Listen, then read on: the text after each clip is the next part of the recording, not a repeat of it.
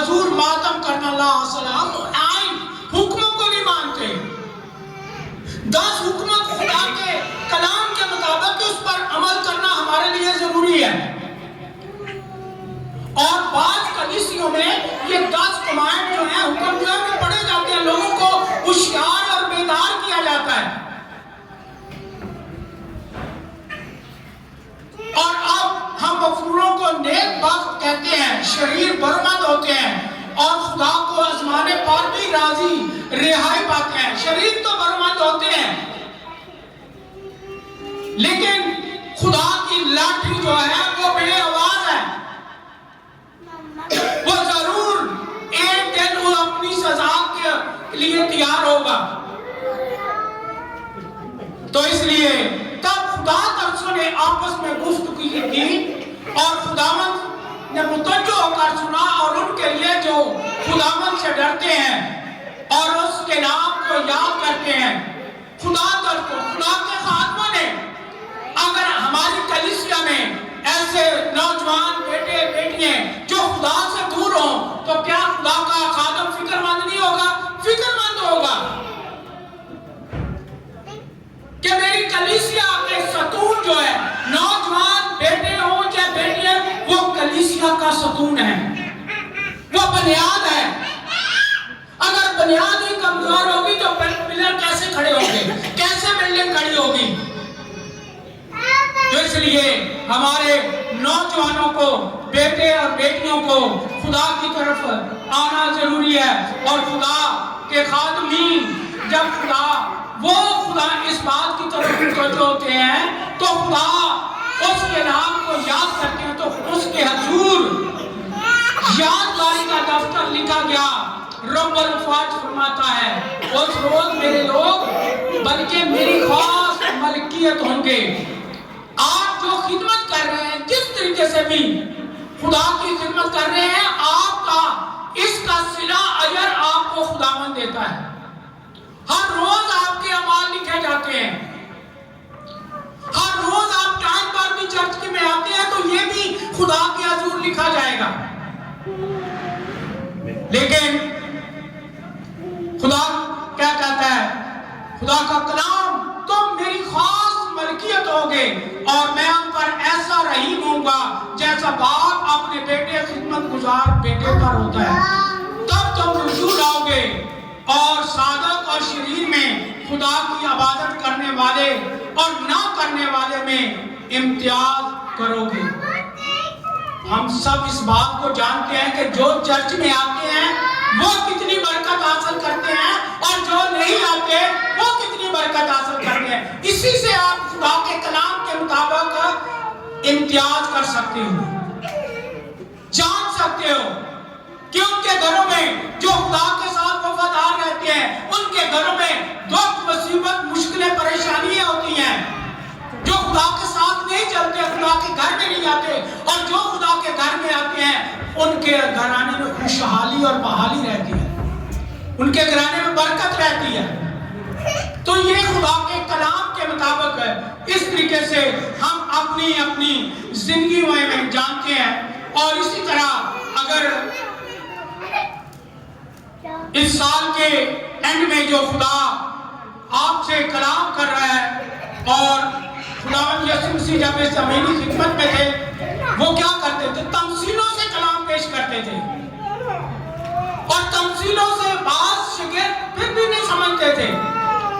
اور ہم بھی اسی طریقے سے ہیں, ہم بھی بعض دفعہ کلام کو سنتے تو ہیں لیکن عمل نہیں کرتے, سمجھتے نہیں ہیں. خداوند یسوع مسیح نے لوکا طبیب کی انجیل میں یہ فرمایا 13 باب اور اس کی 6 سے 9 آیت میں تمثیل کہی خدا نے. پھر اس نے یہ تمثیل کہی, کسی نے اپنے پاکستان میں ایک انجیر کا درخت لگایا. انجیر کا درخت پتہ سال میں کتنی دفعہ پھل دیتا ہے؟ 3 دفعہ.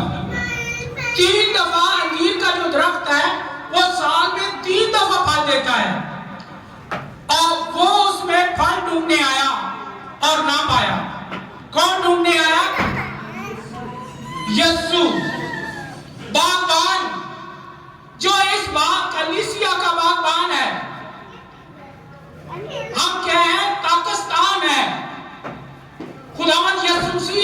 کلیسیا کا، اس پاکستان کا کیا ہے؟ مالک ہے۔ وہ کیا کرتا ہے؟ پھل ڈھونڈنے آیا۔ اس پر اس نے باغبان سے کہا دیکھ 3 برس سے میں اس انجیر کے درخت میں پھل ڈھونڈنے آتا ہوں، نہیں پاتا، اور اسے کاٹ ڈال، یہ زمین کو کیوں روکے رہے؟ اب زمین کو کیوں روکے رہے؟ 3 سال سے باغبان خداوند یسوع مسیح ہے۔ اب وہ کیا 3 سال سے پھل ڈھونڈنے آتا ہے؟ خداوند یسوع مسیح ہر روز آپ کی زندگی میں پھل دیکھنا چاہتا ہے۔ ہر روز آپ کی زندگی میں پھل دیکھنا چاہتا ہے۔ آپ کتنے پھلدار ہیں، کتنے خدا کے ساتھ وفادار ہیں، کتنے اچھے کام کرتے ہیں۔ تو جب وہ پھل نہیں ملتا تو مالک خوش ہوتا ہے؟ نہیں خوش ہوتا۔ جب پھل نہیں ملے گا تو مالک خوش نہیں ہوگا۔ لیکن اس کا مالی خدا کے خادم جو رسول ہیں، وہ باغبان جو ہے وہ مالک ہے، اس پاکستان کی جو حفاظت کرنے والے ہیں، جو اس کی رکھوالی کرنے والے، وہ خدا کا خادم جو ہے وہ یہ کہہ رہا ہے باغبان سے۔ اس نے جواب میں اس سے کہا اے خداوند اس سال تو اور بھی اسے رہنے دے تاکہ میں اس کے گرد خاک کھودوں اور کھاد ڈالوں، اگر آگے کو پھلا تو خیر، نہیں تو اس کے بعد کیا کرنا؟ کاٹ ڈالنا۔ اب یہ ہماری زندگیوں کے بارے میں ہے۔ کیا میری زندگی میں ہم کتنے وفادار رہے، کتنے خداوند کے گھر میں آئے، لیکن خدا پھل ڈھونڈتا ہے، اگر پھل نہیں ملتا تو خدا کا خادم، خدا کا رسول اس کلیسیا کے لیے، اس نوجوان بیٹے کے لیے، اس بیٹی کے لیے کہتا ہے خداوند اس کو اس سال بھی رہنے دے، میں کیا کروں گا؟ اس کے گھر میں شکر گزاری کی دعا کریں گے، اس گھر میں شکر گزاری کی دعا کریں گے، اس گھر میں کھاد ڈالیں گے، پانی ڈالیں گے، تھالا کھودیں گے جو درخت کے چاروں طرف کھودا جاتا ہے اور پھر پانی ڈالا جاتا ہے۔ تو یہ دعا کرنا، گھر میں شکر گزاری کرنا، وہ بالکل سیم اسی طرح سے ہے۔ جب آپ اپنے گھر میں شکر گزاری کی عبادت کرواتے ہیں تو وہ کیا ہے؟ ایک تالا کھودا جاتا ہے، وہ ایک گراؤنڈ بنتا ہے، پھر آپ کے بچے، آپ کا گھرانہ کیا کرتا ہے؟ پھر وہ برکت پاتا ہے، کیونکہ خدا کے خادم کی ذمہ داری ہے کہ وہ ہر ایک زندگی کو، ہر ایک خاندان کو خداوند کی طرف لائے۔ لیکن یہ ہمارے لیے خداوند چیلنج دے رہا ہے، ہمیں خداوند بیدار کر رہا ہے، ہوشیار کر رہا ہے۔ یہ سال جو آپ کی زندگی میں اینڈ ہے، یہ ایک نئے سال میں داخل ہونے والا ہے، تو ہمارے گزرے سال میں جو ہماری زندگی میں کمی کمزوریاں رہ گئی ہیں، ان کے لیے اپنے آپ کو بیدار کرنے کے لیے ہمیں خداوند سے تیاری کرنے کی ضرورت ہے۔ اب تیاری کے لیے فیصلہ آپ کے اوپر ہے۔ مجھے خدا نے کلام دیا اور میں نے اس کلام کو آپ تک شیئر کیا ہے، فیصلہ آپ کے اوپر ہے، اور خدا کا کلام بھی آپ کو فیصلے کے لیے کہتا ہے، جو فیصلہ کرنا ہے وہ آپ کے اوپر ہے۔ خدا کا بندہ پالوس رسول کلسیوں کی فلپیوں کی کلیسیا کو یہ بات لکھتا ہے، 3 باب اور اس کی 12 سے 16 آیت میں دیکھیں، 3 باب اس کی 12 سے 16 ہے۔ یہ قرض نہیں کہ میں پا چکا، ہاں جی، کامل ہو چکا۔ یہ ایک منٹ، یہ غرض نہیں کہ میں پا چکا یا کامل ہو چکا ہوں۔ ہمیں یہ بات نہیں ہے کہ مجھے جو برکت مل چکی ہے بس مجھے اسی پر آگے بڑھنا ہے، مجھے اور کچھ نہیں چاہیے۔ اس پر نہیں بھروسہ کرنا۔ خدا کے پاک روح نے، خدا کی پاک روح کی برکتیں آپ کو جتنے ملے اتنی ہی کم ہے۔ جس طرح 5 توڑے 5 اشرفیوں کی مثال ہے، تو ہمیں خدا کے 5 توڑے چاہیے، 5 برکتیں چاہیے۔ غرض یہ نہیں ہے کہ میں کیا ہے پا چکا ہوں یا کامل ہو چکا ہوں۔ کہتے ہیں کہ علم حاصل کرنے کے لیے اگر چین بھی جانا پڑے تو جانا چاہیے. بڑھاپے تک علم کو حاصل کرتے رہنا چاہیے. بڑھاپے تک کلام کو جتنا اس کلام کی اسٹڈی کریں گے پڑھیں گے آپ کے علم میں اضافہ ہوگا. بلکہ اس چیز کے پکڑنے کے لیے دوڑا ہوا جاتا ہوں. اس چیز کے لیے جو مجھ سے رہ گئی اس کے لیے میں کیا ہوں؟ دوڑا ہوا جاتا ہوں. جس کے لیے مسیح یسوع نے مجھے پکڑا تھا, جس کے لیے خداوند یسوع مسیح نے آپ کو پکڑا ہے, بلایا ہے, جس برکت کے لیے اس نے چنا ہے. اگر کوائر کی بیٹیوں کو خدا نے حمد و ثنا ستائش کے لیے چنا ہے تو ان کا کام ہے کہ وہ 10:30 بجے سے پہلے آ کے اپنی حمد و ثنا کے لیے تیاری کی. یہ خدا نے ان کو اس برکت کے لیے چنا ہے, یہ اس کی خدمت ہے.